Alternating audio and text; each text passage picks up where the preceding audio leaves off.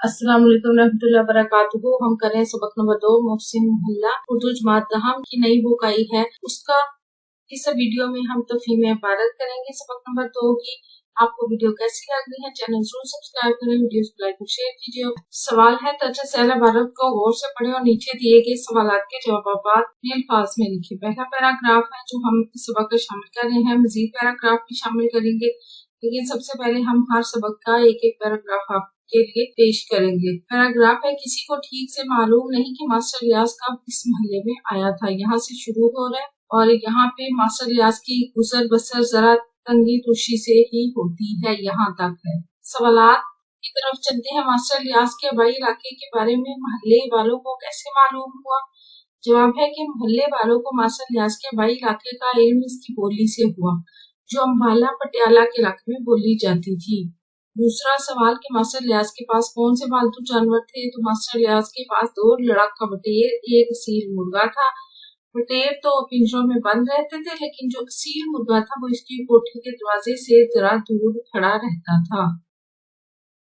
तीसरा सवाल, मास्टर रियाज ने अपने असील मुर्गे को कैसे बांध रखा था? मास्टर रियाज ने मुर्गे की एक टांग में पीतल का छल्ला डालकर उससे अलसी की मजबूत डोर बांध रखी थी और इस डोर का दूसरा सिरा अपनी कोठी की दहलीज में एक मीख के साथ बांध दिया था।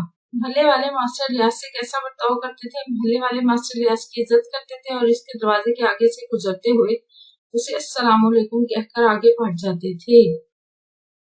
अगला सवाल है कि मास्टर रियाज का जरिया माश क्या था? मास्टर रियाज के बारे में कोई वाज़ेह मालूमात नहीं थी, लेकिन क्यास किया जाता था कि वो सब्जी मंडी में मुंशीगिरी करता है, किसी दौर में मोहल्ले में फेरी लगाता है या किसी कारखाने में रंगो रोगन की दिहाड़ी करता है। अगला सवाल, मास्टर रियाज की जिंदगी के बारे में मोहल्ले वालों को कितनी मालूमात थी?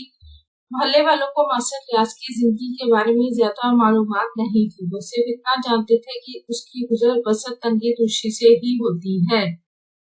मास्टर रियाज के पास मोहल्ले के लड़के किस मकसद के लिए आते थे?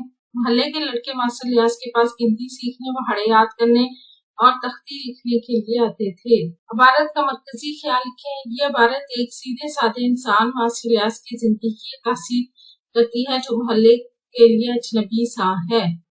मोहल्ले वाले इससे ज्यादा मेल जोल नहीं रखते, लेकिन उसकी सादगी दयानतदारी की वजह से उसका एहतराम करते हैं। अगला जो सवाल है, इस इबारत की तलखीस करनी है। मास्टर रियाज एक सादा और मेहनती शख्स था जिसका ताल्लुक ममालिक के इलाके से था।